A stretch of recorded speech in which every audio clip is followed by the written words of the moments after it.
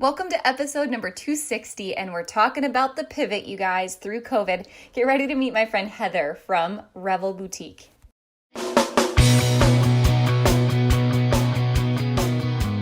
Let's talk about your business, strategy, and the juicy details of what actually works, from mainstream fashion to fashion on Main Street, and the entire ecosystem behind it. How do we scale your company and do it with the balance and the happiness that we all seek? Let's hear from those insiders, experts, and strategists that actually make it happen. I'm your host, Ashley Alderson from the Boutique Hub, and I can't wait to chat.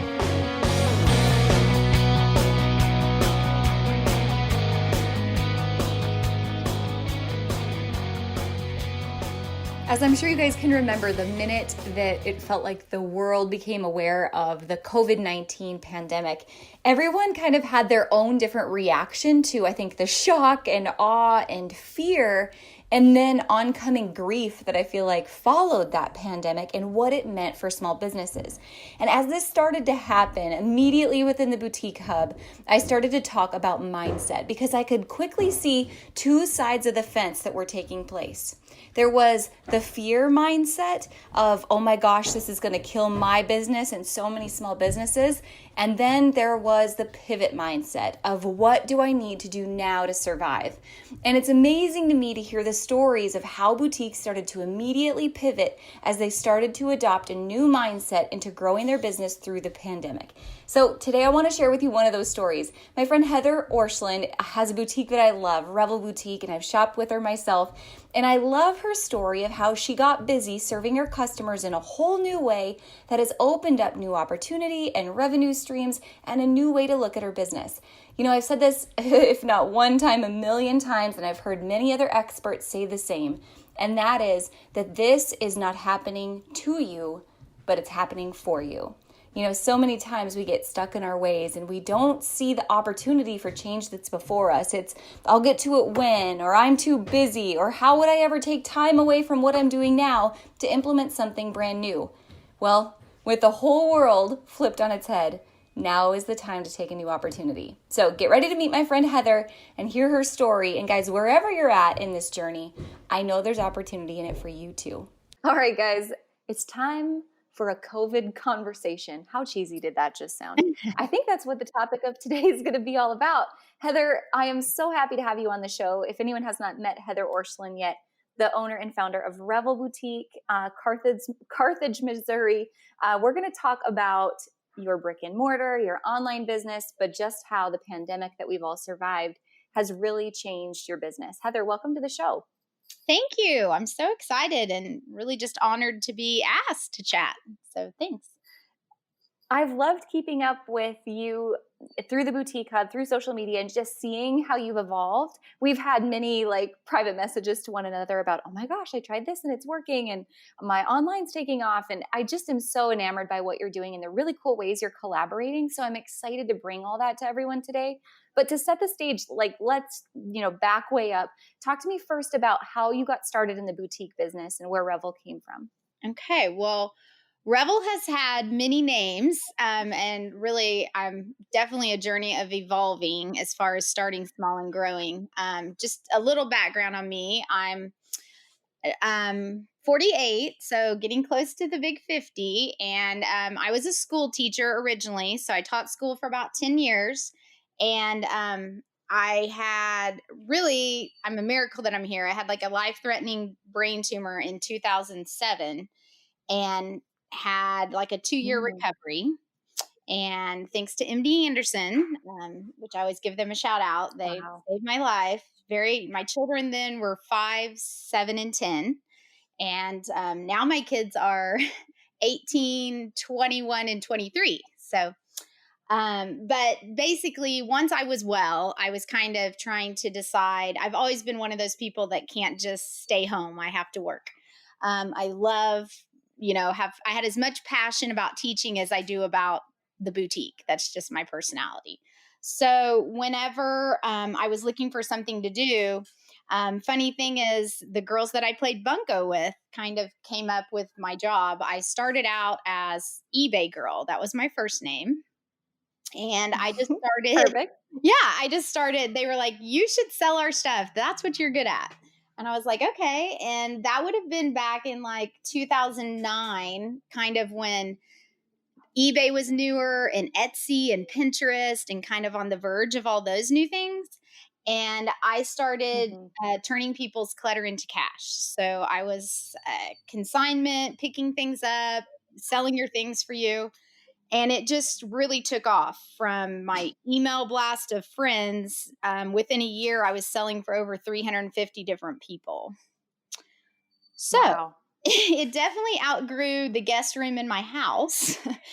And I had little high school girls. I have one current employee now. She is an adult and still works 2 Saturdays a month for me. And she started out as a high school student taking pictures of clothes in the guest bedroom at my house. And she still works for me.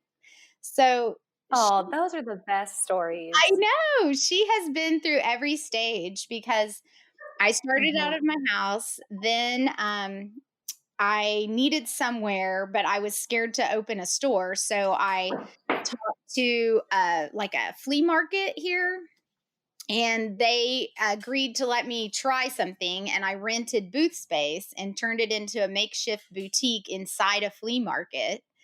That was my first so called storefront. Mm. It was just Mm. crazy. I mean, I'm kind of the Dave Ramsey of boutiques because I've just dipped my toe in and it just keeps getting deeper and deeper, I guess you could say. So, but having that patience and just building, using what you have and building relationships and just keep expanding is amazing how it can turn Mhm. into, now I'm a boutique called Revel. I sell probably 20 national brands. I'm like the Patagonia dealer for my area, Chacos, Hydro Flask, a lot of national brands that are really hard to get. And when you think about I Mhm. started out selling your used Miss Me jeans out of my bedroom. So, I mean, it's just Yeah. crazy that I've turned into this because in 2012, I opened my first store and I was still consignment, but I named it Repurpose Boutique and used the word Mm. repurpose. And that's kind of when everyone was starting to chalk paint and Pinterest. And so I took what was popular and went with that. And I was one of the first people to have artisan items and really to even use that word in our area. So I searched on Etsy and found people within a 60-mile radius that made awesome, cool things that they were trying to sell. And I invited them to be a part of my store. So we've always sold lots of artisan type items. We do them on consignment still. We have people who have their items in our store for sale. And those are all handmade. So that's kind of a cool concept that's different, also. Um, and Mhm. then a year ago, we decided it was a year ago, March, we needed to rebrand ourselves. And that was around the time we joined the hub. We joined the hub about a year and a half ago. And about a year ago, we changed our name because I don't sell anything used anymore. And my name didn't make sense. And people would message us and be like, Mhm. is your Patagonia used? Why is it called repurpose? And so we we did a contest. We asked our customers to help us come up with a name. And a girl from out of town came up with the name Revel. And we were trying to keep our R and our B logo. And we fell in love with the word and the definition and revel in what you love and revel in the outdoors and revel in life, revel in your family. So it, I mean, the more we Mm. talked about it, I just love the word. I'm like, revel in what's happening. That's kind of how I am. And being a person that has almost lost your life before, you really have a different mentality when you go through a fire like that. So I do Mhm. revel in what I do like every day, and I'm so passionate about it. And so that's kind of where I've come from. Many steps to my business. Now we are a boutique. We have 2 locations. We have an app. We have a website. We have text alerts. We do a little bit of everything that you guys promote and suggest we do. We've just kind of dipped our toe in everything. I'm always willing to try anything once and go all in. So I think that does pay off when you're Mhm. willing to take a chance. And Yeah. so, yeah, So that's a little bit about who we are. I want to back all the way up to the beginning and just like from one survivor to the next, congratulate you because I think that gives you a badge of honor to wear the rest of your life that I don't think you really truly understand how much that changes your complete outlook on life. Like the complete joy and zest that you have having like thought about losing your life, going through that painful process. Man, I think that's awesome. So congratulations to Well, you, thank you. first of all. Thank you. It is Yeah. I've always And said my kids have old souls. Like it does something to your it's a good thing though. I mean, anytime you go through yeah. I've mentored a lot of people going through things and people with brain tumors will give my number Mhm. out, to friends and people and it it's life-changing, but Mhm. it is in a good way. Like I mean, it changes you for the Mhm. better. So, thank you. Yeah. Completely agree. I feel like something good comes from every bad situation if you choose to look for it, even in the C word, you know? Yes, exactly. For sure. The other the other thing I think is so good about what you just shared is never compare your journey to someone else's, which you so clearly illustrate. Never compare your beginning to someone else's middle, right? Look at Yeah. how much you've evolved your business. I think that's so cool. I think about the eBay girl, right? And Yeah. how much you clearly weren't scared of change and adaptation. And I think that speaks a lot to what we want to talk about today because I don't know what it is, if it's like fear of failure or, how we compare ourselves to everyone else online. But I think sometimes people are just scared of pivoting and they're scared of saying, you know what, I started this thing, but now I'm going to change this thing into this other thing because they don't want people to think that they failed at that first thing. But Right, you just keep evolving and evolving in such right. beautiful ways. What's your thoughts on that? My thoughts are I think you have to always remember one to keep looking at the stats or what the numbers tell you. You know what I mean? As far as like when I Mm-hmm. first opened, the numbers were my husband gave me $5,000 to open a whole store and he wouldn't let me get a loan. So at that point, consignment made the most sense because I didn't have any buy in. There was no risk. I didn't need a lot of money. Mm-hmm. I didn't make money unless things sold. Well, then as I found success in that and I started to make money, I waited a year and then I'm like, okay, now I have this little pot of money I've made. What can I do with it? And I was like, I want to buy some new things. So then I started just Mm-hmm. tiptoeing. I think patience is the biggest thing I've learned. You and I know people get excited, but you can't just open a building and buy a bunch of stuff and assume that everyone's going to pull up and shop. Like you I Yeah. started so small and I just kept adding to it and really looking at what do people want. And I know as my consignment, it you could just see it happening in front of your eyes. Like the girls here that work for me, they refer to me as a good picker. They're like, Heather is a good picker. She's Mm-hmm. good at picking what people want. I mean, and that sounds funny, but that's really what it's about is knowing what people want to buy, you know, Mm-hmm. knowing they like a good deal, that if you can do hip and trendy for less, you can always be on top of the trends, but feel like you're giving them a good deal for their money, which I've always Yeah. prided myself on that. Um, and then I just kept adding to it. Like I would look and I'm like, I didn't want to quit selling used things, but the numbers told me it was time to quit. Because when I would look at Mm-hmm. what was selling, it was the new stuff. And the more successful I got, the more I could afford to put new merchandise in the store versus just consignment. And my parents were like, Heather, look, Mm-hmm. everybody likes what you buy. It just makes sense. It's time to let go of the consignment. It doesn't mean it's a bad thing. It's just, it's evolved. So I think, and having that attitude of when people would call and they'd say, oh, well, shoot, I used to like to buy, used jeans or whatever.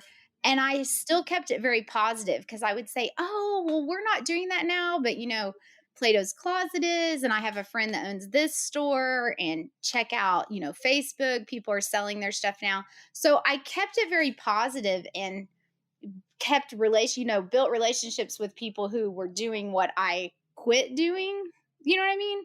So I think Mm-hmm. I've always been a big, big believer in the higher road and staying positive and building relationships, and no one is your competition. And, I've had 4 Mhm. employees work for me and then open a boutique.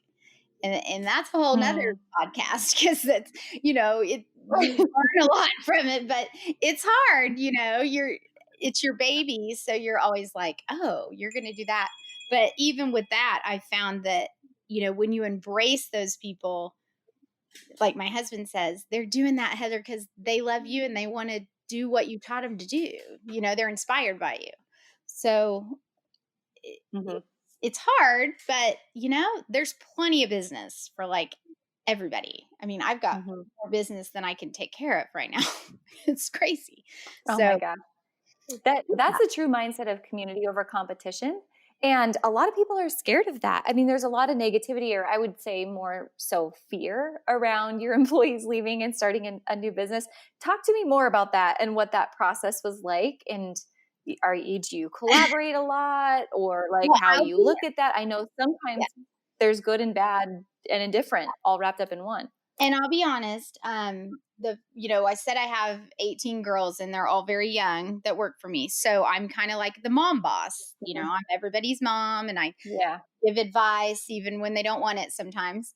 And it was hard, and I will say I have learned a lot, and I do think it's important. Even I raise my children with the same thing that I do, and I see it in everything. Is it takes a lot of confidence, and especially in a woman, because women tend to be insecure, to be able to say, I didn't handle that exactly right. I would love to have a do-over. This is what I wish I would have done. Can we do this again? Or, Mhm. I am a person that does that. I'm very transparent. Um, I tell my kids, hey, that wasn't my best parenting moment. I'm sorry. I was stressed out.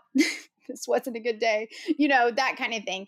And I have Yeah. great relationships with my children because they know I'm real, and they see I'm real, and they know that I don't have unreasonable expectations, because none of us are perfect.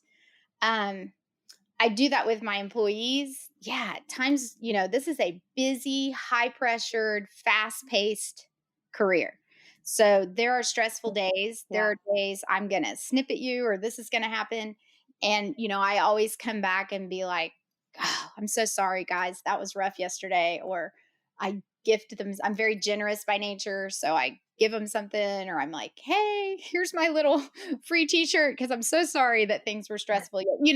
But admitting goes a Yeah. long way with people. And back to Mhm. the very first girl that ever worked for me and then started her own.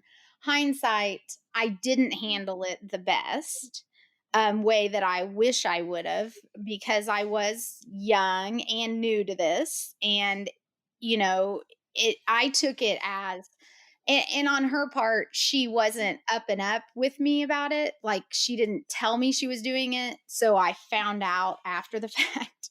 So, communication Mhm. is so important, and being honest and transparent with people. And that's one of the hardest things for people to do. So I just think what I did with her is I felt very threatened, I think, and betrayed. So it's Mhm. funny though how it's been, gosh, that's been 5 years ago now. But we have a good relationship now, and our families were friends. And out of that, because of the way I went to her and said, hey, I didn't handle that the best. Let's do this. After that, her younger sister ended up working for me. So, I mean, I mended that. We fixed that Mhm. relationship. So, I mean, I pride myself on that, in that, I tried to be the adult in it and be the parent and the role model of, okay, I took that too personal. What can I do to fix it? And then her younger sister worked for me about 3 years after that. And she just started a store this past year. So now she has a store open, and we have, I've offered to partner with her and do different things like that. So I think you just have to keep it, positive, and be very open and honest. Like I told her, I said, oh, I'm happy for you. I think that's great. I assume that we you're not going to carry the exact same things I do. And as long as you keep that respect and you stay in your lane, Mhm. I'll stay in mine. And, hopefully we can partner and do things together and promote each other. So I think speaking your mind and being honest Mhm. is the key, because if you're Wow. not, then it's like everyone's assuming what the other person's thinking, and that happens. It's very hard. But I've also found that you don't have to, just like with the copying, and I know everyone deals with that with competition. You don't have to tell people that, and you don't have to speak it or talk about it. Your good customers know, they know who had that original idea. You don't have to, and you gain more respect from them when you don't say Yeah. anything. You know, they know. Yeah. They know you were the first one to have an app and you were the first one to do this, and you don't have to Mhm. tell anyone that. And really I feel like it Mhm. it makes you lose your respect when you do talk about it. Like, Oh my gosh. you know what I mean? Yes. Like, people should just come in your store and it should just be a fun atmosphere. It shouldn't be ever you talking about stuff like that. So, We need to talk about this for a second because okay. I think every boutique owner will go through this at some point. Every single one. Oh yeah. Online, offline doesn't matter. And even me at the hub, like I've been through this. Like our ideas have been copied more times than I can even tell you about. And our content has been ripped off. I mean, everything. But you're right. Like the second that you go start posting about it, and I've done that in full transparency, there's been times where I've been so ticked off that I'm like, oh, so and so just ripped us off. Right. And you want to, like, that's your first human reaction, but you Yeah. can't because it puts the egg on your face. Like you just have to know the second that you spend time putting Yes. energy on someone else, you're just giving them that energy. You're giving them the opportunity to keep growing and it makes you look terrible. So you're right. Your customers absolutely know who was there first and no one can copy you, right? They can Right. copy the things you carry and the brand you build, but they cannot copy you. Right. And they can't copy your customer service and the way you make your people feel and Yeah. the way you are. And you have to remember too, in all honesty, like even for example, a lot of us in this same area all belong to the hub. So, when the great Mhm. ideas are on there, like doing the 10% off for community involvement and things like that, you're going to see that. So like there was someone in the hub who had, and she was like, "Hey, use my post, use whatever. This is a great idea." And so we were like, I just posted, show your receipt and get 10% off when COVID first started. And I just tagged everybody that owned a boutiques and stores and small businesses around me. And I'm like, "Hey, join in." And I kind of feel like the more you do that, the more you gain a lot of respect, because people are like, "Oh, well, Heather's not threatened by these other stores at all." And then I had other people, some of those stores even reposted my exact graphic and they're like, "Hey, we're doing this." And I'm like, "That's great." Like, just everybody helped. I mean, people are going to shop. Yeah. It doesn't have anything to do with what you're saying about someone. I mean, and the honest truth is there is no, I also think there is hardly any original idea anymore. I mean, I have to admit, when we're going to design a new t-shirt, like we were going to make 3 Mother's Day t-shirts and 2 grad t-shirts, you'd be lying if you told me that the first place you don't go look is Pinterest for an idea. I mean, we all do it. Everybody gets on, Yeah. "Hey, I'm looking for mom t-shirt ideas. I'm going to scroll through Pinterest. Maybe we can find something and tweak it into our own." You're going to change it a little, but Mhm.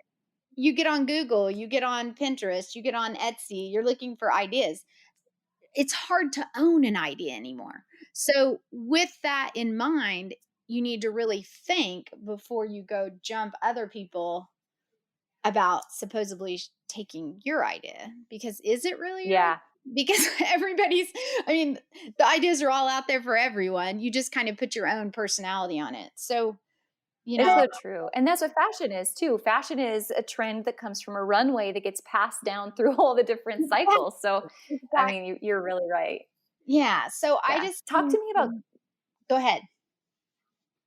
But I was going to say, talk to me about carrying national brands. I want to kind of pivot a little bit and talk about, you carry all these national brands that are zip code protected. And I know a lot of boutiques, when they get started, they have questions about how to do that or why to do that. But I truly think that's something that sets you apart and you can only find when you go to market and build those relationships.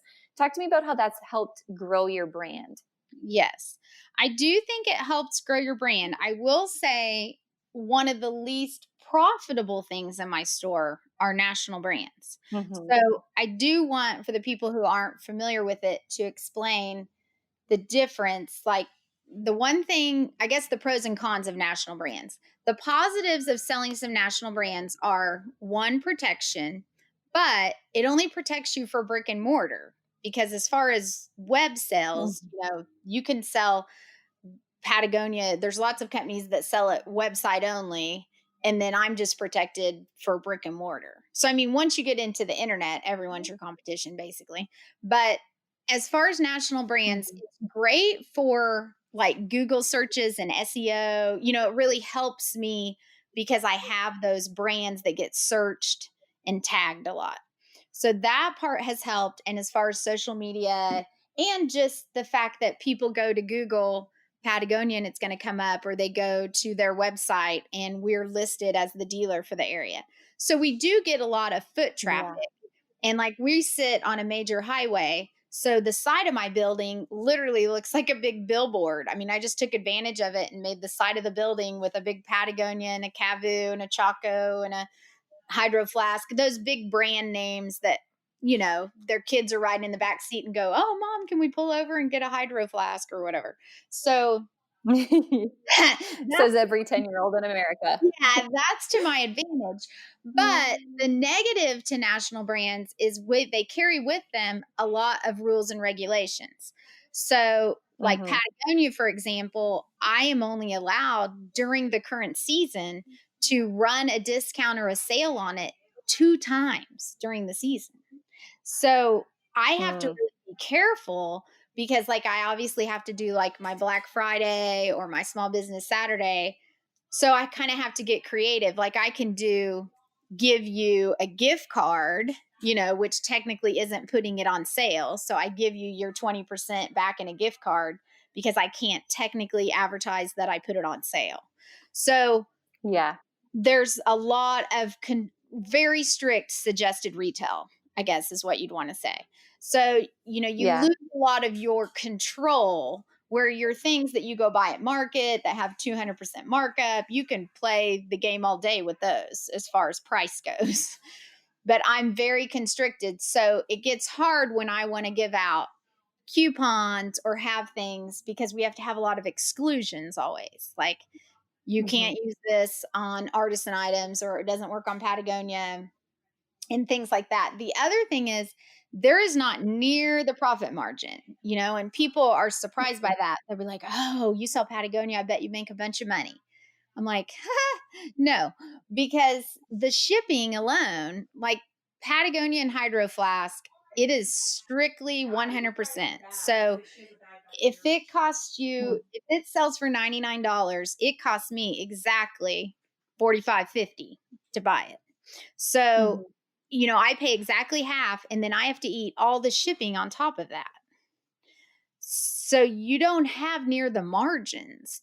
So, I mean, as far as keeping my doors open and making money, it's all the little things I buy at market or off Fashion Go that have, 200, 300% markup. That's my gravy, not my national brands. So you've Yeah. got to have a good balance. Like, I would suggest to everyone, yes, it's great if you can get a couple national brands because they help you grow social media wise. They bring good foot traffic in, but you've got to really watch the balance and you've got to watch your numbers. Like, we did a big review this year in January, and this is going to be the last summer we sell Chacos, and I'm not going to order them again. And that's purely because of numbers. It just doesn't make sense. I'm not making the money on them I need to. Mm-hmm.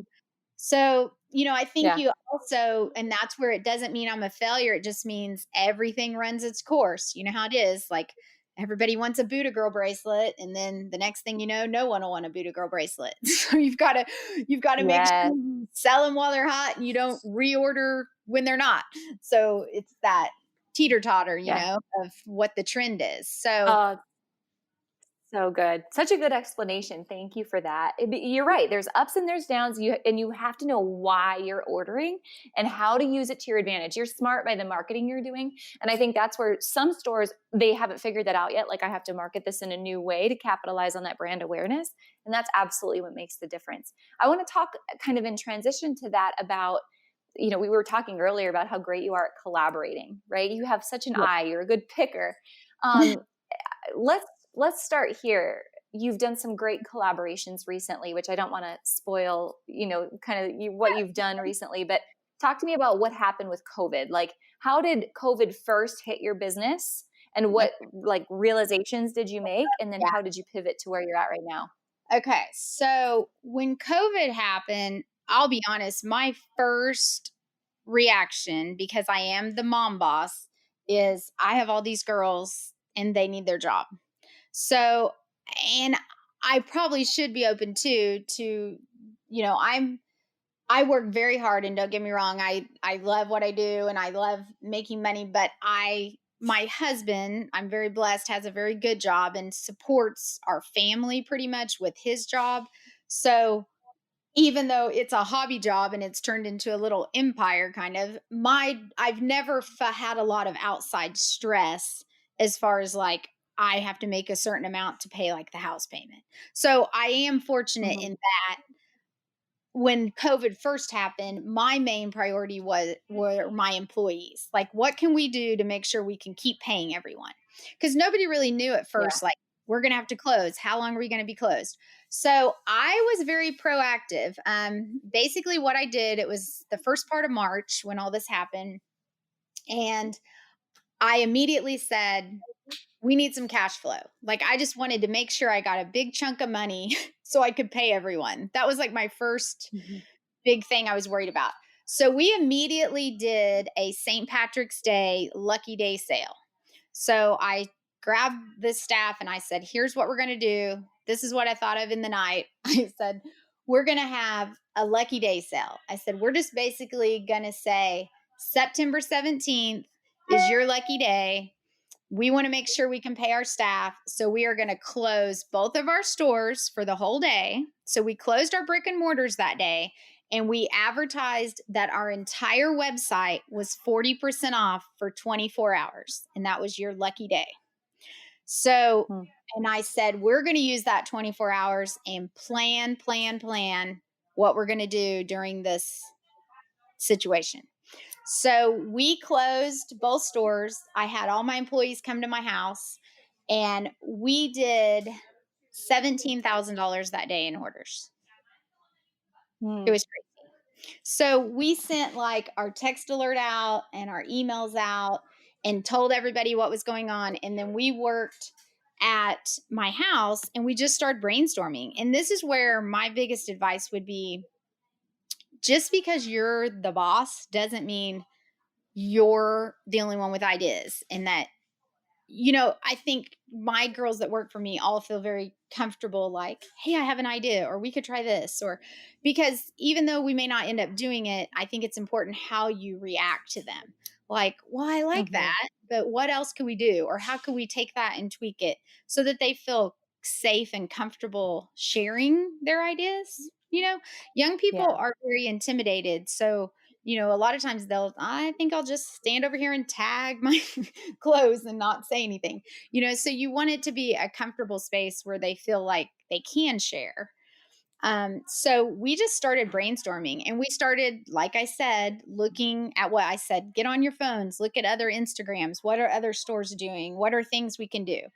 And they came to my house that day with all kinds of ideas, like, let's do kits, let's do FaceTime styling, let's do, all these, let's do live sales. So they had all these ideas. None of these were my ideas. They came up with them all.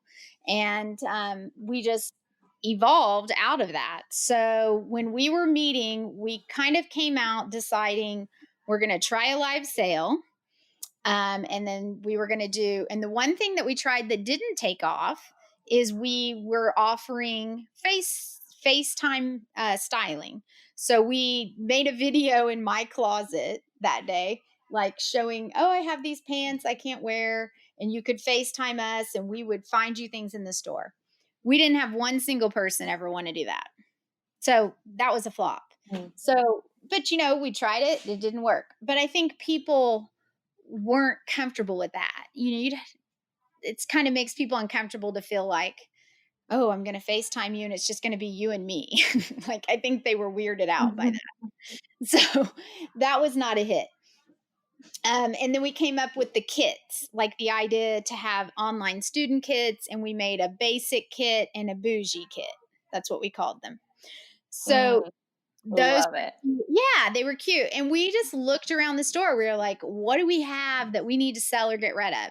So we did like a t-shirt, and the cheaper kit had like a mug and a coupon and stuff in it. And then the bougie kit had like a hydro flask for a student, and it was a nicer kit. And we basically took 20% off what was in the kit, threw in a gift card, so that they would shop online. So we developed the kits. We made a TikTok account that day, and we just started brainstorming like things we could do. And we did our first live sale, and it was crazy, crazy. So, and that's that's where we started, was just planning ideas. Yeah. And I would say the live sales and the kits were our two big things that really took off right away. And I think the cooler. Oh, go ahead. go, Sorry, keep going. no, go ahead. You're good. I love that. I think before all this happened, there was so many brick and mortars like yours that were questioning, how do I go online, or how do I start another revenue stream? But you're so busy in the brick and mortars. But then because this happened, you have this new pivot, this new opportunity that takes place. And now your live sales are blossoming. What would be like, if someone's listening and they haven't done live sales yet, what would your tip be to help them like get started? I think with the live sales, is ours are basically, we had a lady message us and refer to my two daughters and I as the new Kardashians. Like, we've just been very real. Like, I have, and I've kind of been hit with everyone's circumstance. I have a daughter home doing college in my living room, because they sent all the kids home. And I have I have had a son who missed, I had a senior in college and a senior in high school who both lost their graduation, like everyone. And then I had another daughter in the middle that came home from college. So, we talk about that a lot on the lives. I'm not on the live just selling merchandise. We're talking about what wine we're drinking, or what's your favorite flavor of the new White Claw pack. And then, my girls, this was funny. One of the episodes, we talked about our nails, because no one can go to the nail salon. So my daughters had ordered a grill off of Amazon, all of this powder, and they were teaching themselves how to do dip nails. So we talked about that and all showed our nails and what we were doing. And but it has been, we tried to open our pool ourselves because we couldn't get a hold of a pool guy.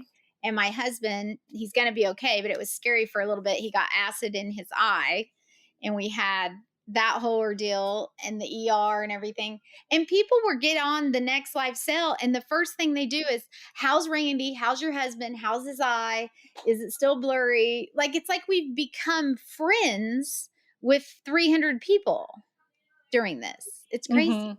And they're asking, they're like, my middle daughter's Claire. And one night on the live, they're like, where's Claire? And I'm like, oh, Claire had a test tonight. I said, she can't do the live sale because she had an accounting test at 7:00 that night. And they're all like, I'm like, so everyone say a little prayer for Claire. And so then the very next live sale, the first thing they're typing and asking is, how did the test go, Claire? What did you get on the test?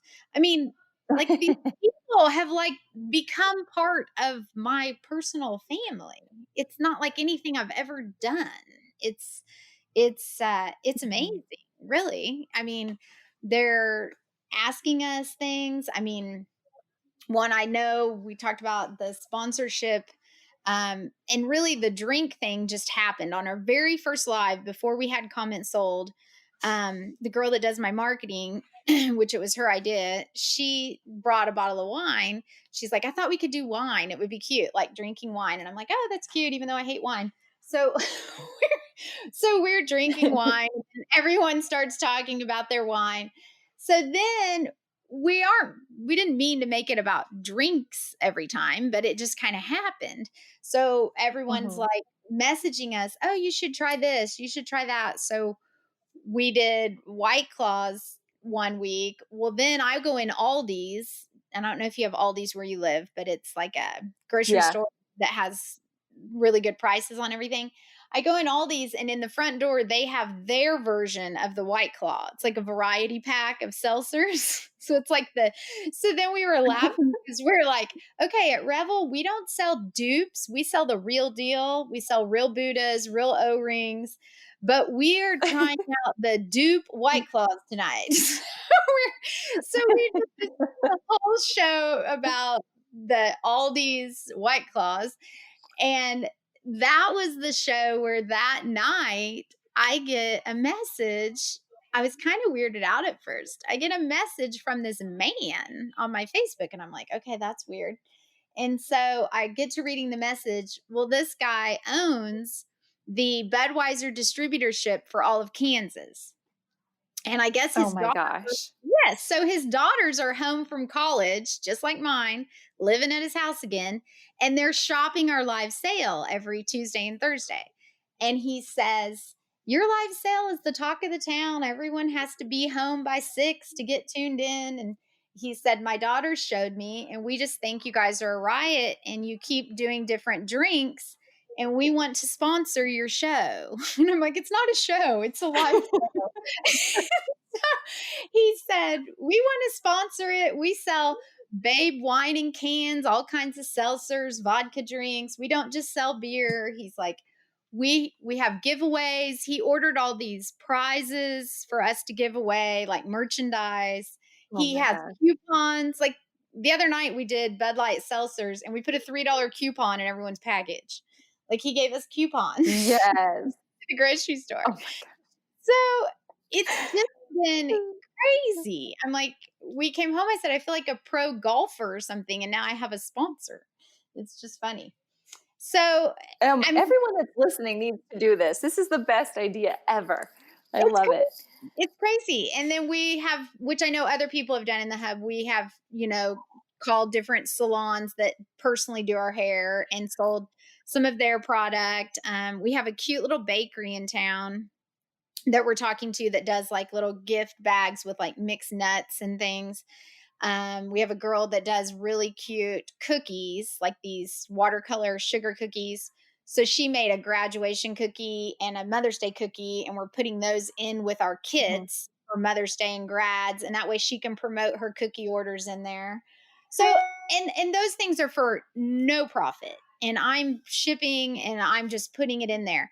But I think it goes a long way with people when I feel very blessed and fortunate that we found success in this. If I can show that I want to use that success and help some of these people who don't have an avenue or way to sell their stuff, I think you gain a lot of Mhm. respect with that. Like everything's not Mhm. where I can make a buck. I'm doing this because I want to give back to whoever because I do feel very fortunate what we have made happen. I mean, the news came, Yeah. the news station called us. They're like, we heard you're doing live sales and all kinds of stuff. And they did a news story. I mean, I'm a big believer in karma, paying it forward. I'm always giving back. And I do feel like this I've been very blessed. I mean, the guy that started Shopify, Mhm. he's out of Canada. I don't know if you're familiar with him. Harvey. Yep. Okay. Harvey, this is crazy. We did not have online gift cards. We only had gift cards that work with our vend, like in our brick and mortar. So when we started our website, we've never had a gift card that you could use on our website. And we couldn't get it figured out because with our POS system, they don't want to work. Like we can't figure out a gift card that will work with our POS and with Shopify all together. So when this happened, we were like, man, we need a way for gift cards to work online. So we got on our Shopify and we had just created and made a online gift card. We were like, we have gift cards now. You can buy them online, use them online. And like 3 days later, we get tagged in a post, and Harvey decided to buy a $250 gift card from our store from Canada. And I'm like, what's the chance? Like, who is this? I didn't even know who it was. And he's like, verified, green check mark on Instagram. So we look it up, and the girls are like, hey, I think this guy's like somebody. And so we're all looking at it. The next thing we know, he does a video on his Instagram, talks about it was right when COVID started, when things were closing. And he's like, I want everyone to buy gift cards, support your small businesses that have websites. And he says in the video, I have bought gift cards today from a few of my favorite small businesses in the world. And he put Revel Boutique on there, tagged us, and said we were one of his favorite small businesses in the world. And we were like, Aw. I know. And we didn't even know who it was. And we were like, wow. So, I mean, that happened. We've just had so many things happen. And we've gotten a lot of orders off of that in like exposure and followers because he has a big account. So Yeah. then I tried to give that back. Like I took his video, reposted it, and made it share this. And we gave away $100 gift card. And I said, tag 3 businesses that sell online gift cards in your comments to enter to win, trying to help like, hey, we had this happen to us. We want to help use it to help other small businesses get exposure too. You know what I mean? Kind of like using him to help our fellow people. And so I think that helped. We got a lot of respect out of that. They were like, hey, thanks for the shout out whenever you're the one that got, picked or whatever. And I'm like, I don't even know who this guy is. It was just total luck. So, but You need to put that on your press page on your website for sure.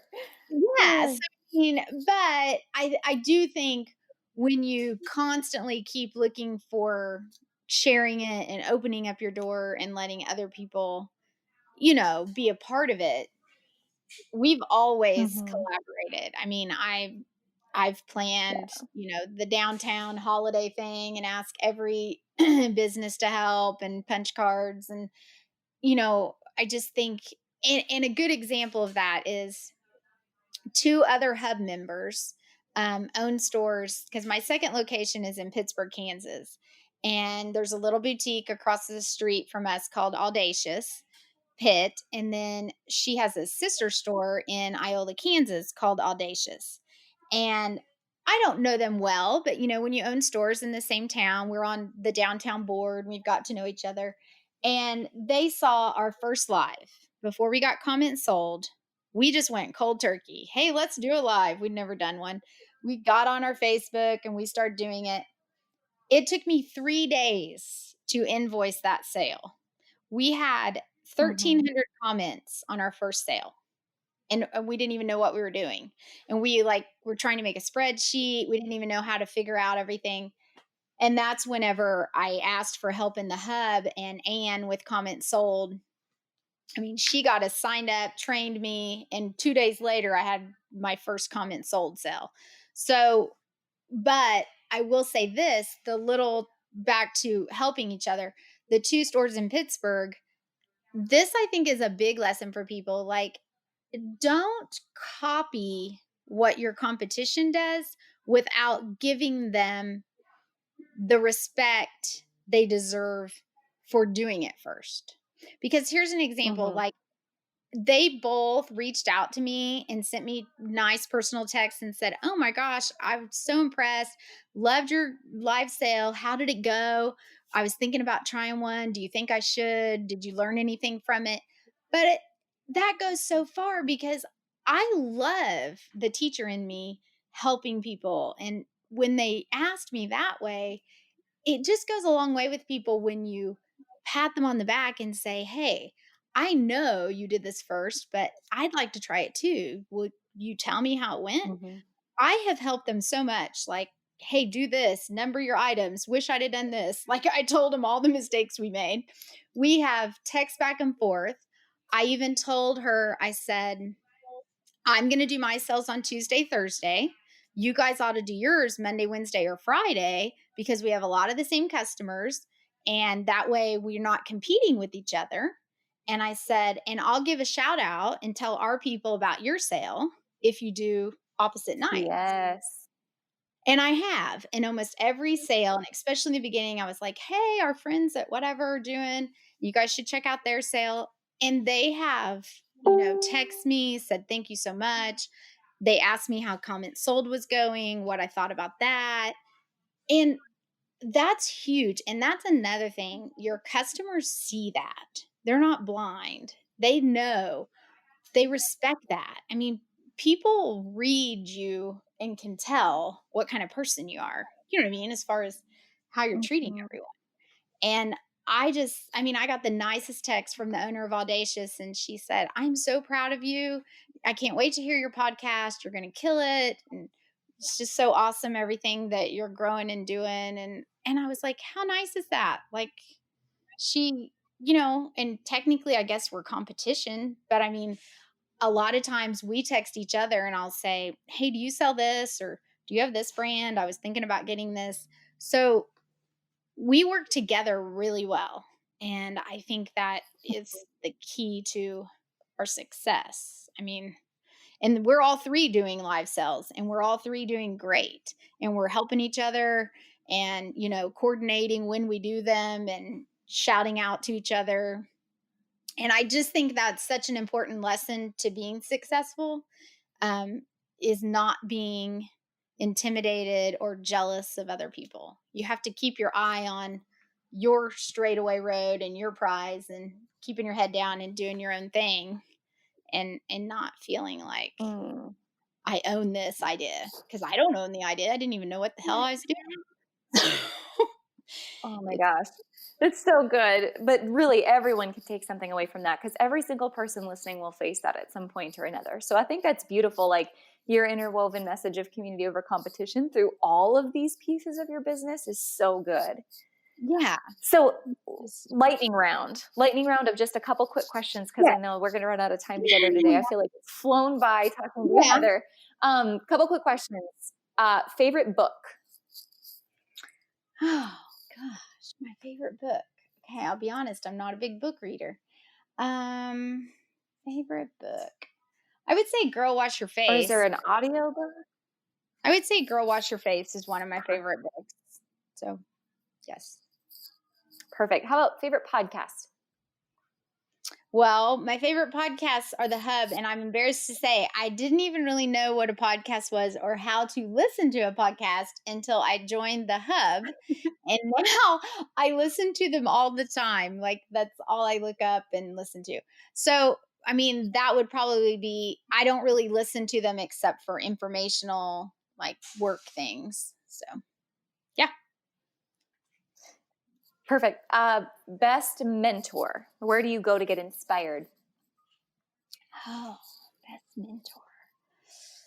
Oh, I have two or three. So I would say, as far as decision making, like whenever you have that person that you want to react to, I definitely think everyone needs a mentor before you react. My husband is my person for that. We are a very devout Catholic family, and we nickname my husband the Pope because he always does the right thing. So he doesn't know we call him the Pope. It's his back. But the girls will say, oh, does the Pope know you're doing that? So, but he always does the black and white. There is no gray in his life. He's always right or wrong. And he always, says, Heather, reel it back in. You need to take the higher road. That's you're just going, is there really going to be any good come out of that? So he's my person that I look to the most to keep me from reacting. Because this is a hard business to not react because you've got customers and you can't react to them. You have to always smile. We had a lady today come in, good example. We're here killing ourselves, filling orders. She comes in, picks up her order in the parking lot, comes in and says, and was not very friendly, and says, my stuff is not all in here. And she's looking at the piece of paper on the front taped on. And I said, oh, okay, well, we'll look through it with you. You know, we're all humans. I'm sure we've made some human mistakes today because we're overwhelmed with orders. And my next question is, I said, well, have you opened it and looked inside? She said, no, I just looked at the paper. She hadn't even opened the order. And it was all in there, but she was just basing it. So, I mean, this is such, I guess the key thing for me is I always think you should sleep on things and not react. Give it a day. Because usually it's either misunderstood, miscommunicated, or going to blow over. So that's probably why my biggest mentor for that stuff is my husband, because he's always that way. And then Kate Lasley, who does my marketing for me, and she's about 5 years younger than me. She's my mentor for employees. I always talk to her before I talk to an employee about a situation. She's always good at like giving me advice. She's a big believer in the compliment sandwich, which is hard for me because I grew up old school where people just told me what I did wrong and you fix it. And this generation likes a compliment sandwich, as she puts it. You tell them something good they did, something they need to work on, and then something else good they do. And that's been hard for me because I'm old school where you just, why do I need to sandwich them? They just need to do it the right way, you know? So that's another for me. So, but those are all, I would say those two.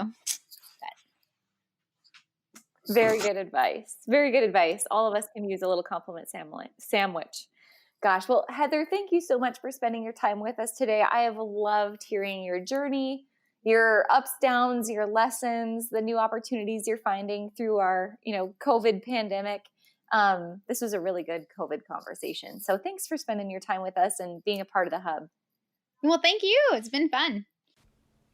I hope you guys found some great nuggets and inspiration inside of Heather's story today. Like I mentioned before, this is not happening to us, but it's happening for us.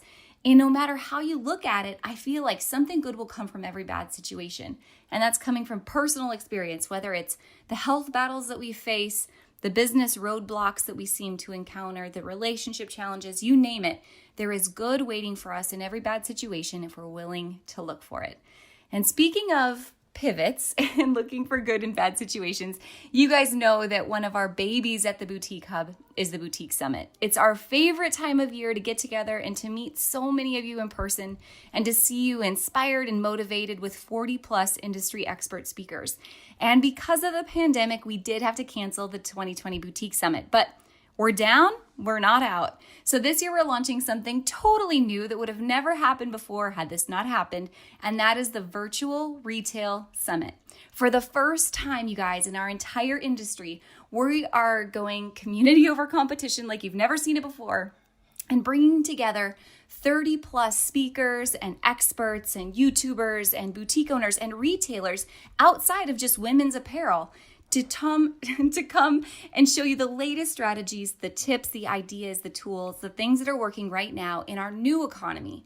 And that is how to reopen your boutique after a pandemic, how to scale your online business, how to maximize live sales, how to increase e-commerce conversions, how to build email flows, and how to manage your mindset when our entire world is changing. You guys, I dropped a link for you in the show notes today so you can be the first to know about tickets for the real Virtual Retail Summit coming your way in the middle of June. Trust me, you are not going to want to miss this, an opportunity to watch the summit from your couch, in your sweatpants, and repeat all the speakers you love at any time you want. Enjoy, you guys. Hey guys, thank you so much for listening to this episode. We hope that you loved it. Don't forget to hit subscribe and leave a rating and review down below for a chance to be one of our featured listeners each and every week. For more information on our spirit of community over competition and how to access complete show notes and bonus downloads from our guests, head on over to theboutiquehub.com and join the community. We'll see you next week.